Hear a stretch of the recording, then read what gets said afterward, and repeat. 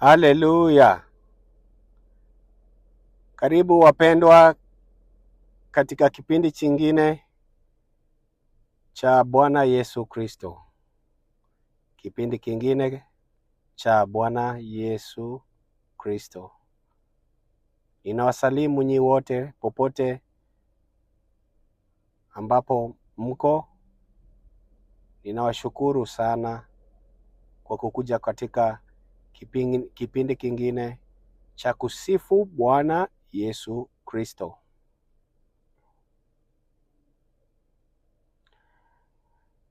Leo neno langu ama tutakusudia kuongea kama vile Roho Mtakatifu itampendeza, na leo tutaongea kuhusu kiburi. Ninawakaribisha nyinyi wote. Somo letu la leo ni kiburi. Dalili za kiburi. Ama kujua kama kiburi iko ndani ya maisha yako. Neno la leo ni kiburi. Dalili za kiburi.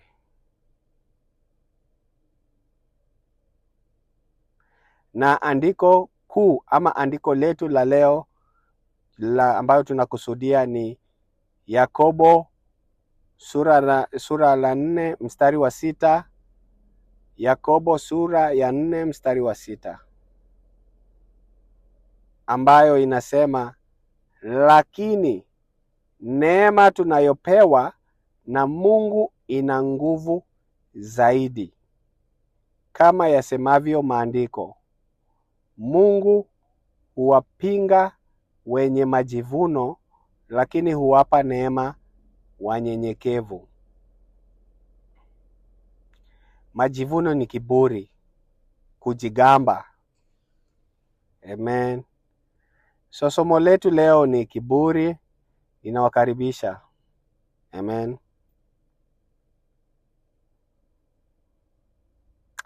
Kiburi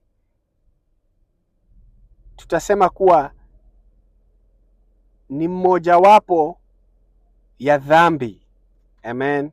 Ambayo inatesa watu wengi. Na tusipoichunga, kiburi litaleta maangamizo katika maisha yetu.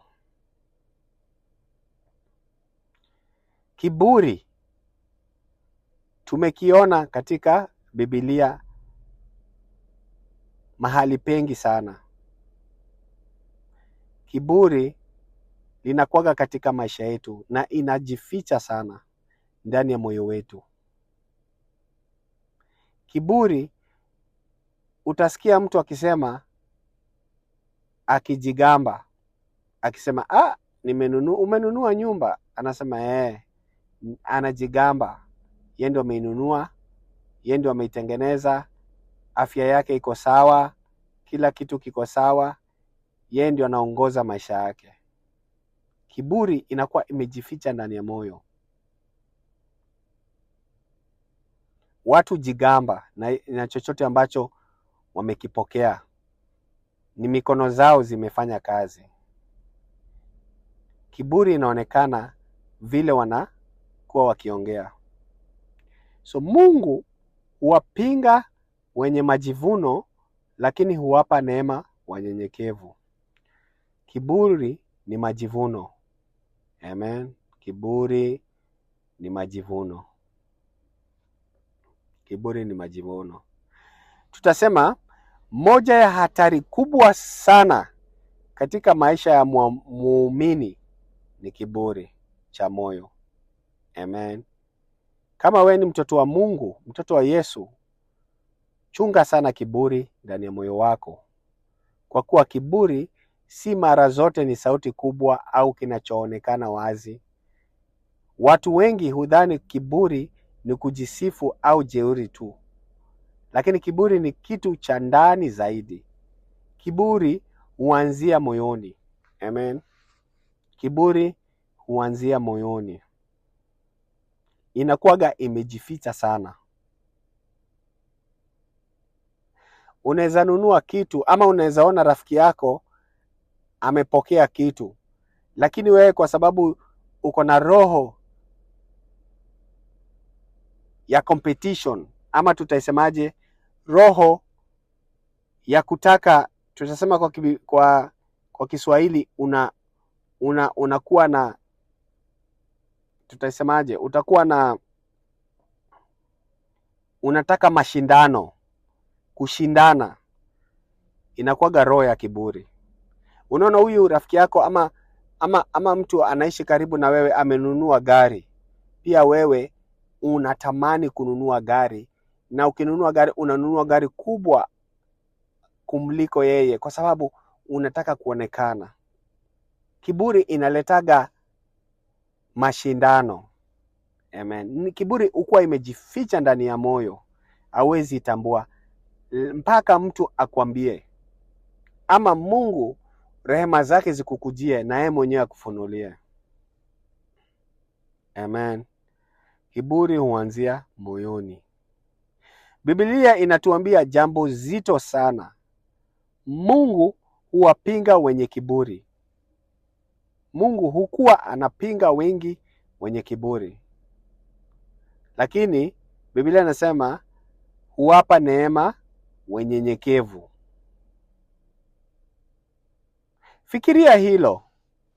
Shetani anaweza kupigana nawe, lakini Mungu mwenyewe anapompinga mtu, hakuna jambo lolote katika maisha yake linaloweza kusonga mbele. Ukikuwa na kiburi, Mungu anakuwa mpinzani wako.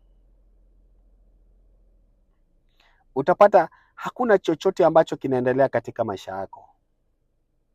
Unajaribu kufanya kitu, unajaribu kuoa, unajaribu kufanya kazi hata kama ni 2, lakini kwa sababu ya kiburi yako utapata hakuna chochote kinasonga mbele. Unashindwa ni kwa nini? Unaanza kulaani Mungu. Unafikiria kuwa ni shetani, lakini ni Mungu anakupinga. Amen. Anakupinga. Kwa sababu kiburi hukuwa imejificha, na mwenye kiburi ni ngumu sana hata mwenyewe kujua kuwa hana kiburi. Lakini leo tuko na habari njema. Na habari njema ni kuwa Mungu yule anayewapinga wenye kiburi huwapa neema wanyenyekevu.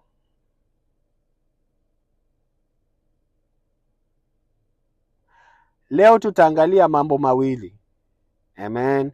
Moyo wa kiburi unaonekanaje na moyo wa unyenyekevu unaonekanaje? Na tutajifunza kupitia mifano kutoka kwenye Biblia. Namba 1, tutaangalia ni kiburi huanza moyoni. Kiburi huanza moyoni, ama kiburi hujificha moyoni. Kiburi ikitaka kuanza inaanzianga ndani ya moyo. Hautaiona kwa mwili, utaipata ndani ya moyo wako. Kiburi huanza moyoni. Tukiangalia kitabu cha Mithali 21 mstari wa 4, unasema macho ya kudharau na moyo wa kiburi ambavyo ni taa ya waovu, vyote ni dhambi. Ndugu zangu, siku hizi hata makanisa hawaongei mambo ya dhambi. Hautasikia hiyo jina dhambi, wameificha ndani. Kanisa siku hizi hata kuambia watu watoke kwa dhambi, hata hiyo jina dhambi imekuwa ngumu sana. Watu wanakuja na mfano tofauti ya kufanya kama dhambi si dhambi. Umeiona hivyo? Ukienda kanisa utapata mtumishi wa Mungu hawezi ongea jina inaitwa dhambi. Anachukia kusema kwa sababu anaogopa waumini wake watamuacha na atakosa fedha za kumsaidia maisha yake. Amen.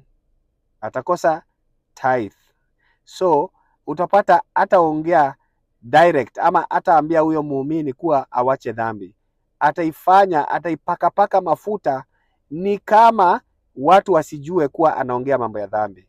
Lakini tukiangalia Mithali 21 sura ya 4, Biblia inasema macho ya kudharau na moyo wa kiburi ambavyo ni taa ya waovu, vyote ni dhambi. Biblia haifichi, inakwambia kiburi ni dhambi. Macho ya kudharau watumishi wa Mungu, kudharau waumini wa Mungu, kudharau watoto wa Mungu ni kiburi, na kiburi yote ni dhambi. Ukidharau mtu, amen, wewe unajiona wewe uko na gari 2, uko na nyumba 3, unafaa, wewe uko na kazi mzuri, bibi yako amevaa vizuri, unaishi ndani ya maisha utajiri, unadharau watu. Wewe ni mtumishi wa Mungu, unaona uko na gari na waumini wako hawana, unawadharau. Wewe ni muumini, unajiona uko na umepatiwa, inaitwaje, umepatiwa, kwa kizungu tunasema umepatiwa gifts, amen, tofauti. Ama wewe ni mtumishi wa Mungu, pengine wewe ni nabii, lakini hao wengine waumini hakuna hata mmoja. Ama wewe Mungu amekuongeza karama ya hili, karama ya hiyo, karama ya kuponya, karama ya kusaidia. Utapata dharau inakuja, unakuwa na macho ya dharau, na hiyo yote ni kiburi. Mithali inatufundisha, inasema macho ya kudharau na moyo wa kiburi ambavyo ni taa ya waovu, vyote ni dhambi.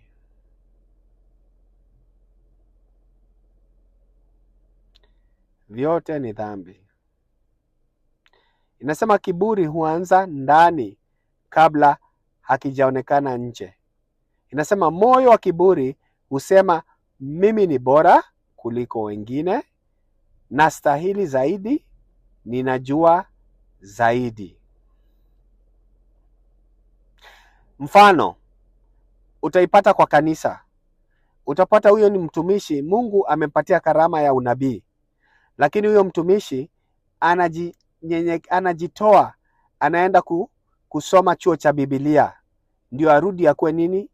Akuwe mchungaji. Mungu amemweka sehemu ya unabii, asikuwe mchungaji, kwa sababu unabii inaweza kuwa ni ofisi ambayo amepatiwa, lakini yeye hataki hiyo ofisi. Anaona hapana, ninataka pia kuwa mchungaji, ninataka kuwa pia mtume, ninataka kuwa pia evangelisti. Anaenda kwa chuo cha Biblia, anapatiwa taji la duniani, anakuja anafungua kanisa, anaanza kufundisha. Kwa sababu ya nini? Kwa sababu ya kiburi. Anaona hapana, ninataka kuonekana, ninastahili zaidi. Hapana, ninajua zaidi, nimeenda chuo cha kibiblia, ninastahili zaidi, mimi ni bora kuliko wengine. Lakini Mungu hakumuita kwa hiyo sehemu, kwa sababu Mungu alijua akimuita atakuwa mtu wa kiburi. Lakini sasa Mungu alimkataza, amempatia tu nini? Karama moja, karama ya unabii, lakini yeye anajiongezea, anataka taji tofauti, anataka kushinda wengine. Moyo wa kiburi uko ndani yake. Tunawaona katika ndani ya kanisa, tunawaona nje ya kanisa, tunawaona ndani ya nyumba zetu, tunawaona kwa maisha yetu, hata tunawaona kazini. Wanasema mimi ni bora kuliko wengine, wanasema nastahili zaidi, wanasema ninajua zaidi. Moyo wa kiburi.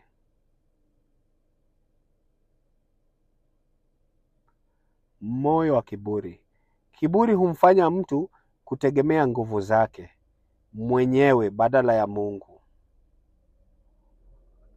Kiburi humfanya mtu kutegemea nguvu zake mwenyewe badala ya Mungu. Hamtegemeagi Mungu. Hamsifu Mungu kwa sababu amepata nyumba. Hamsifu Mungu kwa sababu amepata kazi. Anaona hiyo kazi ni mkono wake. Anaona hiyo nyumba amepata ni mkono wake. Anaona hiyo kanisa iko na waumini wengi ni mkono yake ama nguvu yake.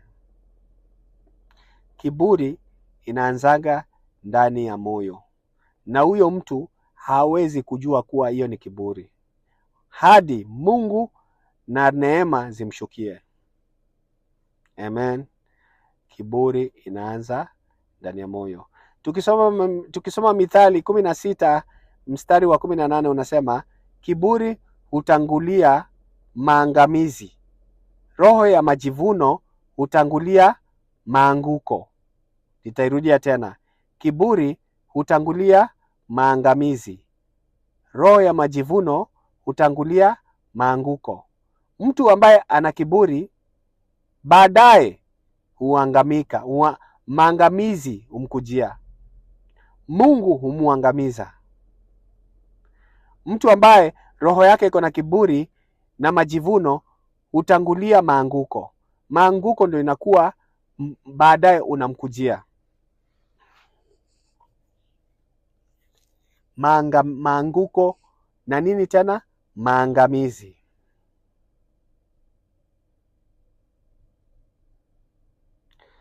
Tumuogope Mungu ndugu zangu, madada zangu, tumuogope Mungu sana.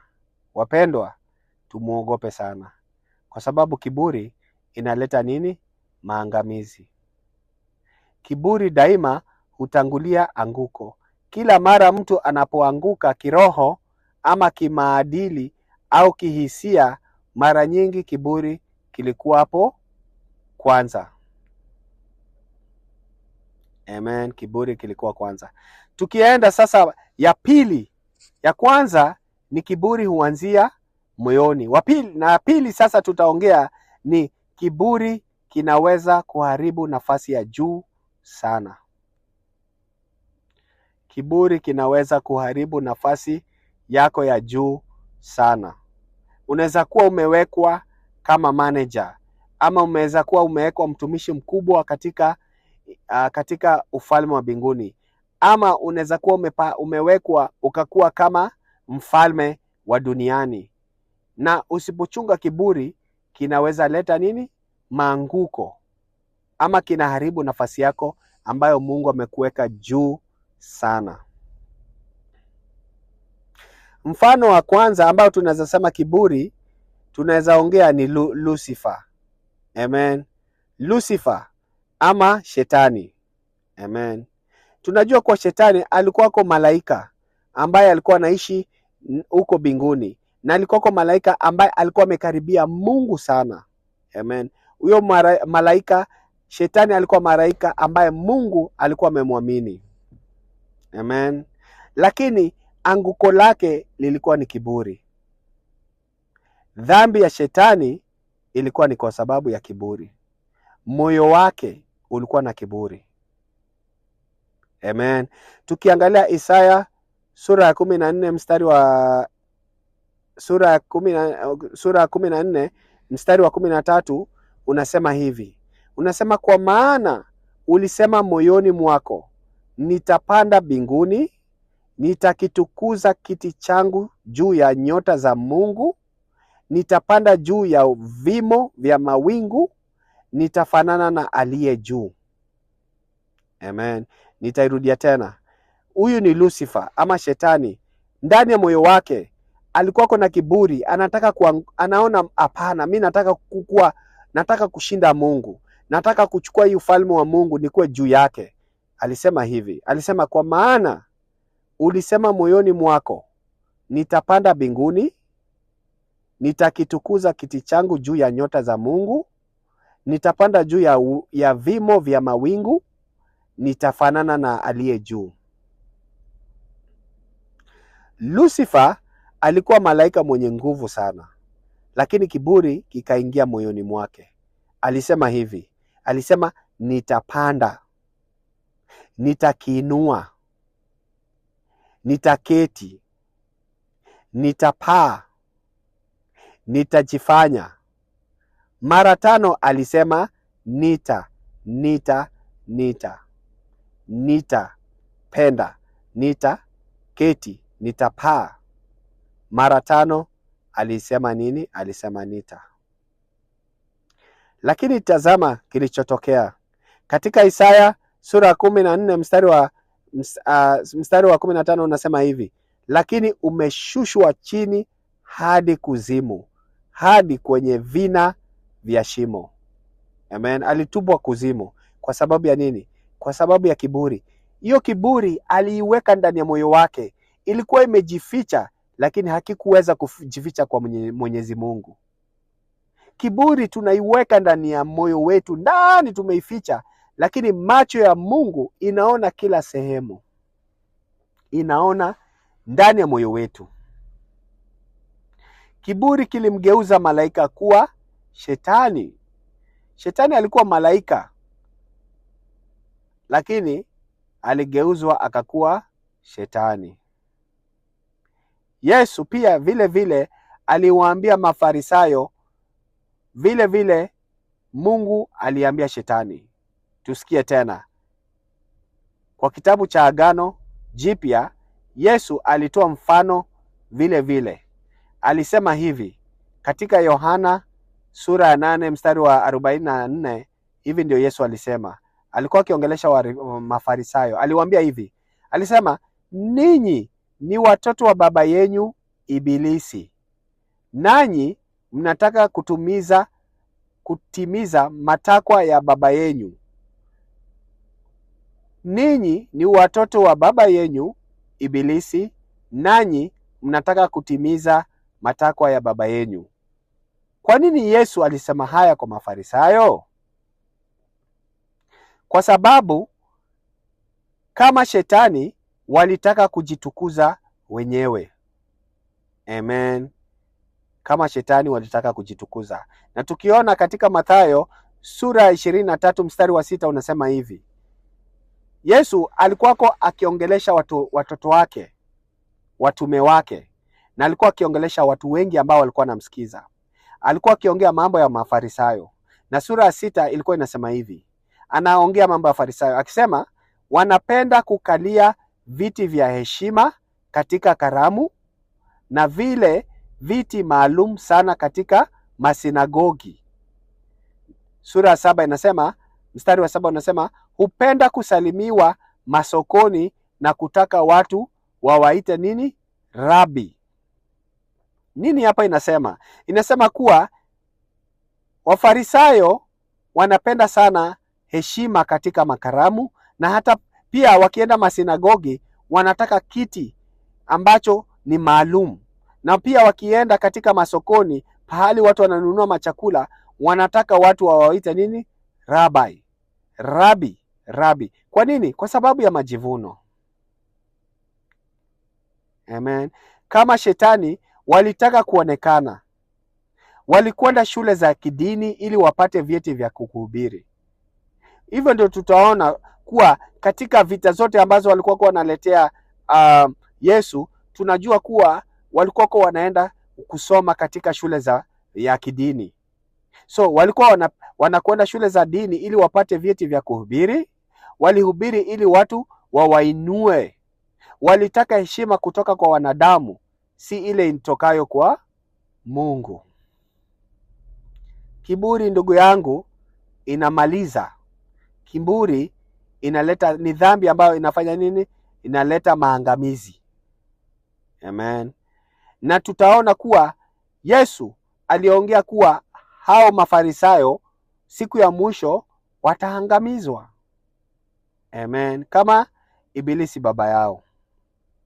Tukiangalia Yohana sura ya 8 mstari wa 21 unasema hivi. Unasema, Yesu akawaambia tena, ninaenda zangu. Anaongelesha nani? Anaongelesha Mafarisayo. Anawaambia, ninaenda zangu, nanyi mtanitafuta, lakini mtakufa katika dhambi zenyu. Niendako mimi, ninyi hamuwezi kuja. Paulo anasema niendako mimi, ninyi hamuwezi kuja. Inamaanisha kuwa yeye anaenda mbinguni, na Mafarisayo ambao wako sinagogi wanaomba hawawezi enda hiyo mbinguni kamwe. Kama nani? Kama baba yao. Kwa nini? Kwa sababu ya kiburi. Amen. Kiburi kinaweza kuharibu nafasi ya juu sana. Mungu anaweza kuwa amekuita, lakini kwa sababu ya kiburi na kushukisha chini, kama vile shetani alishukishwa hadi kuzimu. Amen. Kiburi kinaleta maangamizi. Namba 3, kiburi huwa kinapigana daima na Mungu. Kiburi huwa kinapigana daima na Mungu. Tukiangalia kibibilia, tutaona kiburi cha Farao.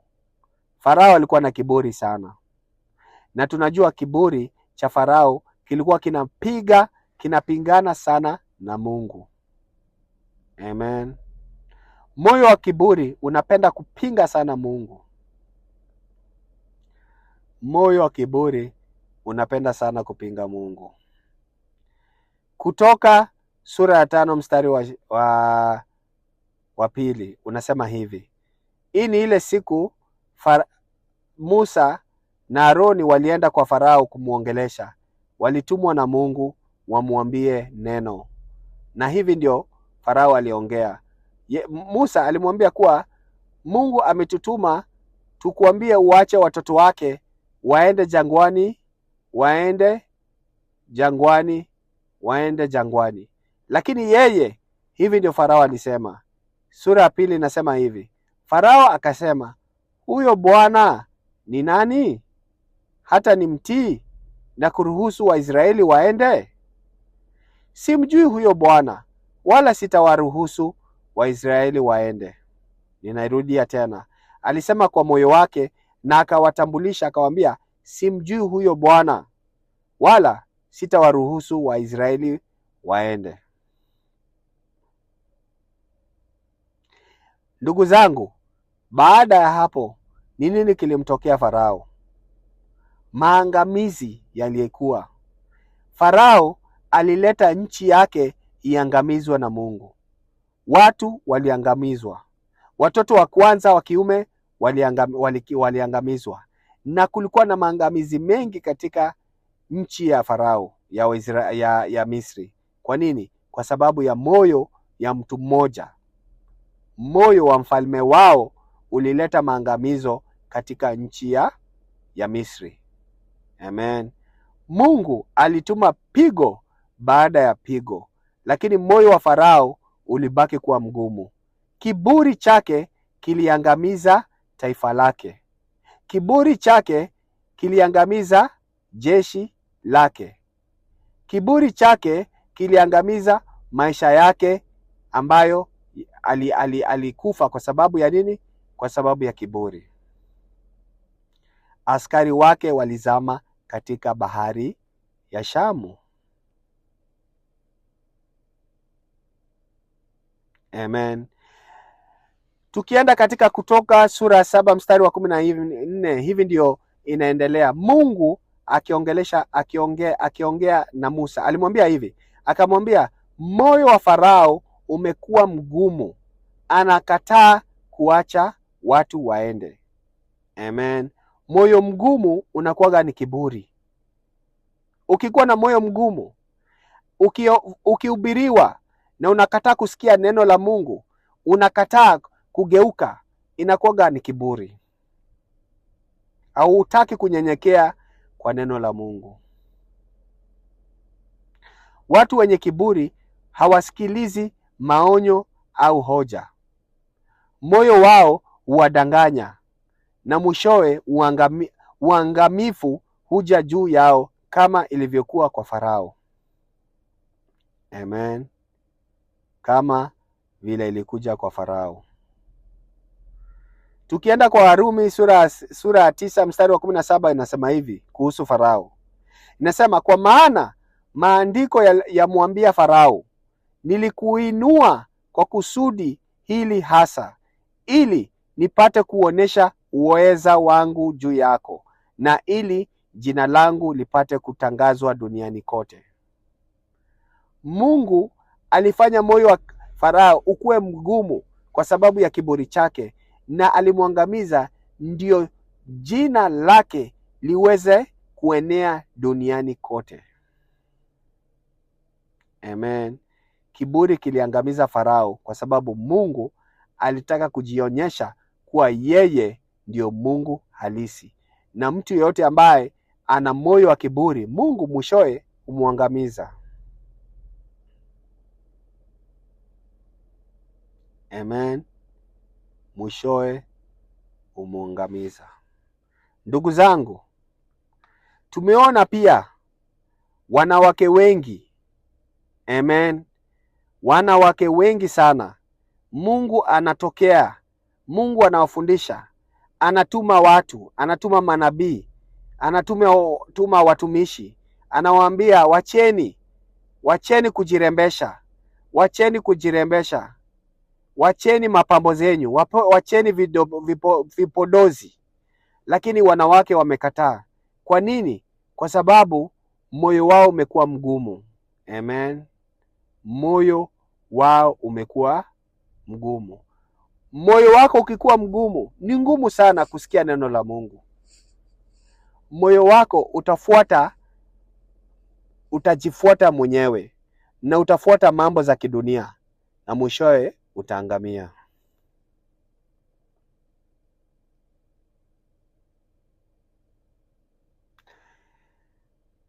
Tukiangalia namba lingine ambalo tutaangalia leo, tutaongea kuhusu ni unyenyekevu. Amen. Unyenyekevu. Ya tatu tukiangalia tunaweza sema nini? Ni unyenyekevu. Nguvu ya unyenyekevu. Nguvu ya unyenyekevu. Amen. Nguvu ya unyenyekevu.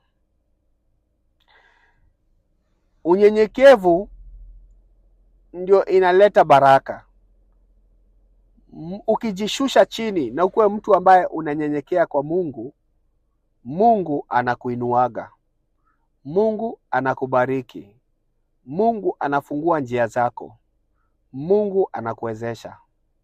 Mtu ambaye ni mnyenyekevu, moyo wake haunaga kiburi. Mtu ambaye ni mnyenyekevu anatii neno la Mungu. Mtu ambaye ni mnyenyekevu hakimbizani na hakuagi na majivuno. Mtu ambaye ni mnyenyekevu habishani na watu. Hakuagi na competition ama mashindano. Mtu ambaye ni mnyenyekevu anatii sheria za Mungu. Amen. Tukiangalia Luka 18 mstari wa 13 unasema hivi, ndugu zangu. Kulikuwako na mtoza ushuru, akasimama mbali, wala hakudhubutu hata kuinua uso wake kutazama mbinguni, bali alijipiga kifuani na kusema, Mungu nihurumie, mimi ni mwenye dhambi. Amen. Luka 18 mstari wa 10, kulikuwa na watu wawili walienda hekaluni kusali. Mmoja wao alikuwa Farisayo na mwingine alikuwa mtoza ushuru. Yule Farisayo akasimama hekaluni na akaanza kuomba kwa Mungu. Na vile alikuwa anasali, hivi ndio vile aliomba. Alisema, Mungu nakushukuru kwa sababu mimi si kama watu wengine ambao ni wanyang'anyi. Alisema yeye si mnyang'anyi. Yeye si msinzi. Yeye pia ni mtoza ushuru. Akasema, mimi nafunga mara 2 kwa juma na natoa sehemu 10 ya mapato yangu. Yaani huyu Farisayo alikuwako anaonesha Mungu mambo yoyote ambayo alikuwa anafanya. Na ilikuwako anajigamba. Na kaongea na kasema, lakini yule mtoza ushuru akaona mtoza ushuru ambaye alikuwa kando yake na pia yeye alikuwa naomba. Akasema, lakini yule mtoza ushuru akasimama na akasimama mbali, wala hakudhubutu hata kuinua uso wake kutazama mbinguni, bali alijipiga kifuani na kusema, Mungu nihurumia. So kulikuwa na watu wawili.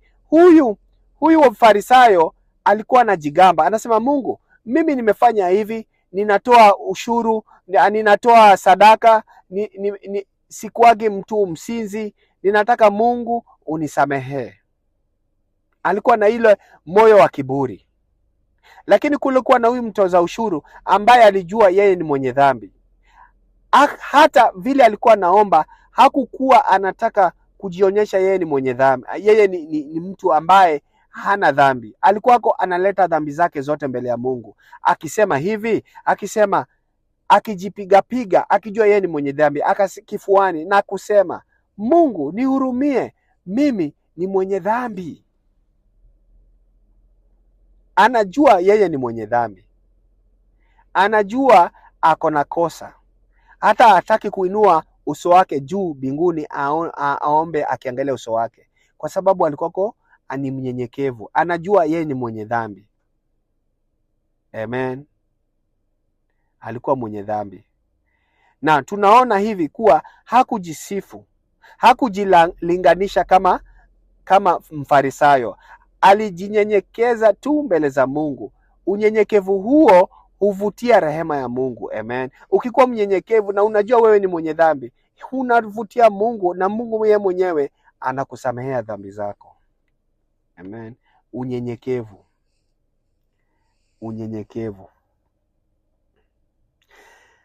Mfano mwingine wa unyenyekevu ni Yesu. Hakuna mtu ambaye alikuwa mnyenyekevu kama Yesu Kristo. Amen. Mungu mwenye nguvu, Yesu Kristo, akikuja duniani alionyesha unyenyekevu hata kupita binadamu yeyote.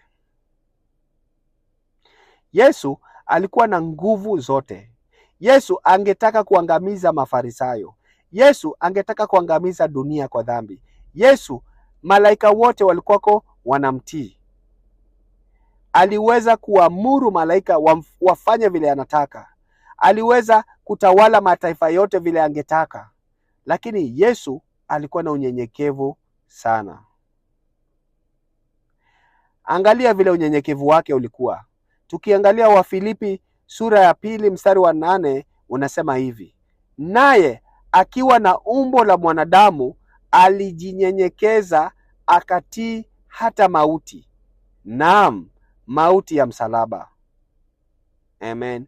Alijinyenyekeza mbele ya Mungu na akaweka mwili wake kama sadaka mbele ya Mungu, ndio sisi tuweze kusamehewa dhambi zetu. Alijinyenyekeza. Alisema hiyo kikombe hakutaka kulikunywa, lakini kwa sababu alitii sheria za Mungu, alitii sauti ya Mungu, alisema ni sawa, na akajinyenyekeza akatii hata mauti. Amen. Pia tunaona pia Yesu aliosha miguu ya wanafunzi wake. Aliwahudumia watu, aliponya watu. Alikuwa anatembea kwa miguu hapa na pale. Hakukuwa anatumia kifaa kingine kama punda ama farasi. Mguu kutoka nchi moja mpaka nchi nyingine. Alikuwa anatuhudumia watu bila kulalamika. Na pia alikufa msalabani kwa sababu yetu. Amen. Yesu alikuwa mnyenyekevu mbele ya Mungu. Hakuna kujigamba.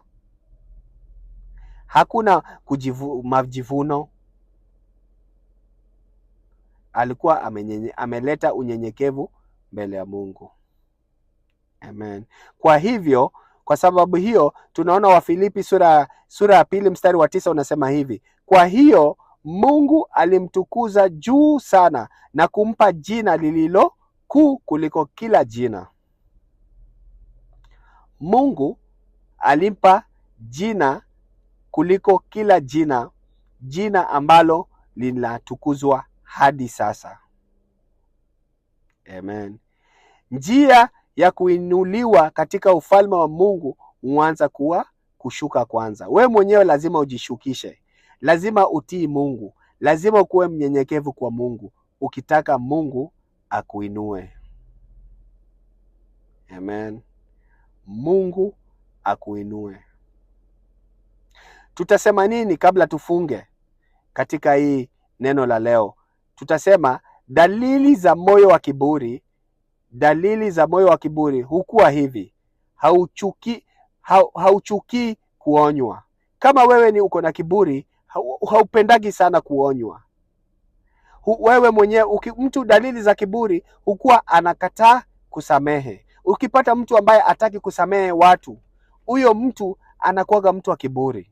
Ukipata mtu ambaye hataki kunyenyekea, anakuwaga na moyo wa kiburi. Ukipata mtu ambaye hataki kuonywa, anakuwaga na moyo wa kiburi.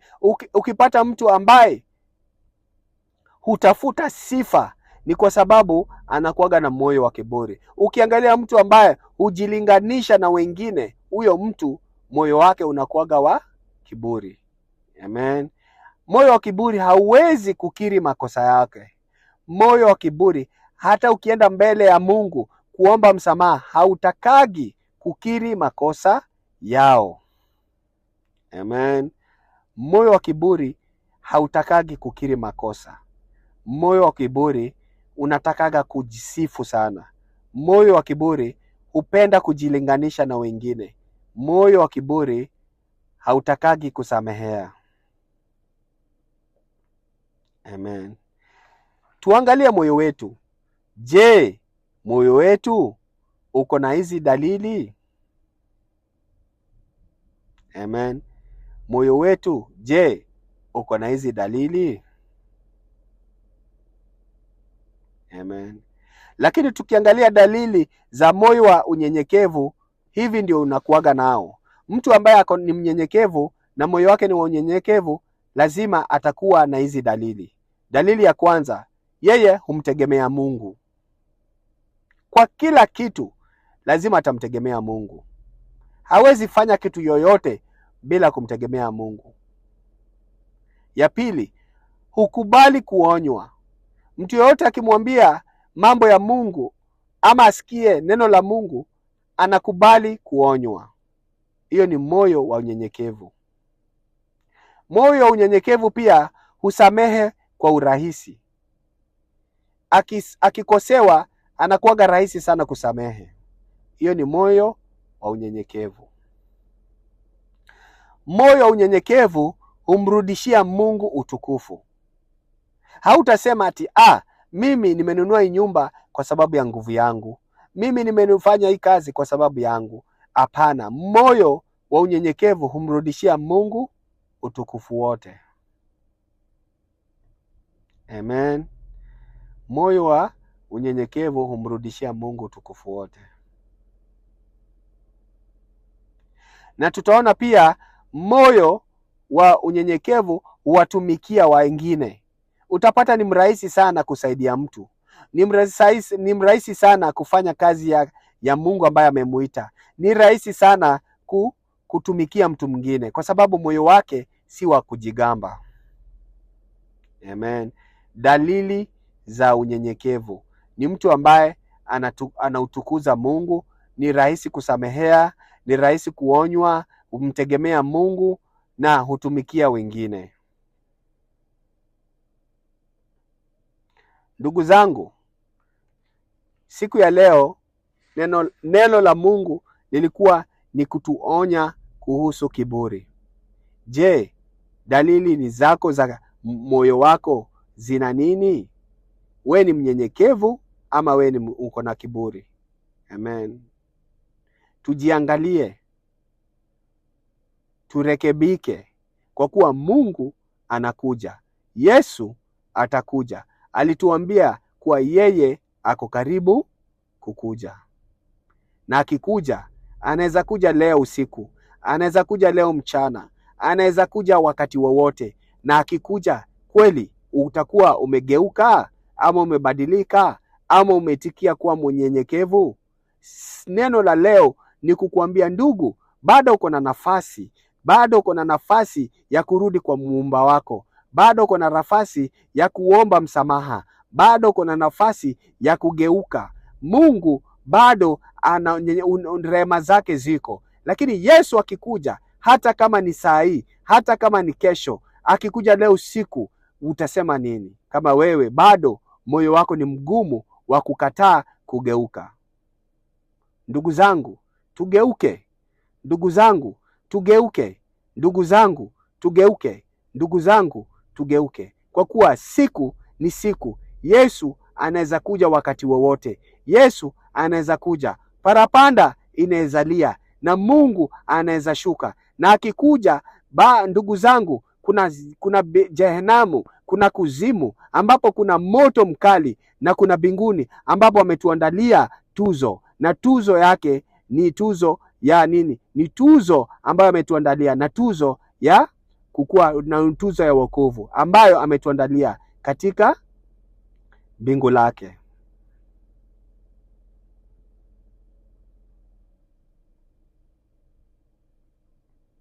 Ndugu zangu, ninashukuru kwa wale ambao wamesikia neno hili, na ninashukuru Mungu kwa kuwa Mungu ndio yule ambaye anageuza moyo wetu. Mungu ni yule ambaye ako na nguvu kuliko shetani. Mungu ni yule ambaye anaweza geuza moyo wako. Aliumba hiyo moyo, anajua moyo wako vile uko. Naomba sisi kama watumishi wake, sisi kama watoto wake, tutajinyenyekeza, tupeleke moyo wetu mbele zake, ndio aweze kutuondoa kiburi, na tufanye kuwa wenyenyekevu kwake, na hata kwa dunia na watu wote pia, kwa kuwa Mungu anatamani kutupeleka mbingu lake. Lakini tukijiweka na tukijivuna kama vile Farao alijivuna, na tukikuwa wabaya, moyo wetu hauwezi samehea, moyo wetu hauwezi hata kusifu Mungu, moyo wetu ni kusema sisi tumefanya hii kazi kwa kutumia nguvu zetu, basi tutaangamia. Ndugu yangu, neno la leo ni neno la kujifundisha. Si wewe peke yako, bali pia mimi, kwa sababu pia mimi ni binadamu, ninaweza geuka, moyo wangu unaweza kuwa mgumu.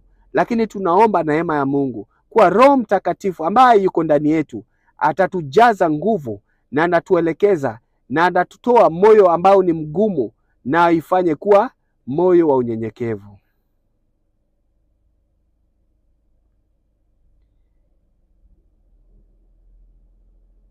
Ninashukuru kwa wale ambao wamesikia hili neno. Ninashukuru kwa kuwa Mungu atageuza moyo wetu. Ninashukuru kwa kuwa Mungu rehema zake bado ziko.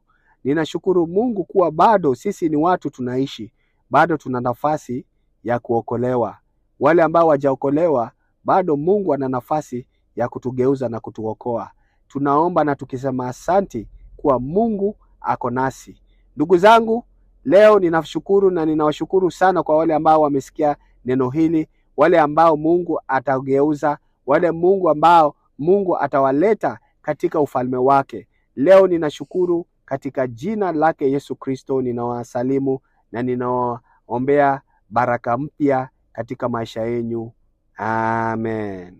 Hadi wakati mwingine, wakati tutaongea neno lingine la Bwana Yesu Kristo, ninawaambia kwa heri hadi wakati mwingine, na baraka za Mungu ziende nyanyi wakati wote, kila siku. Amen.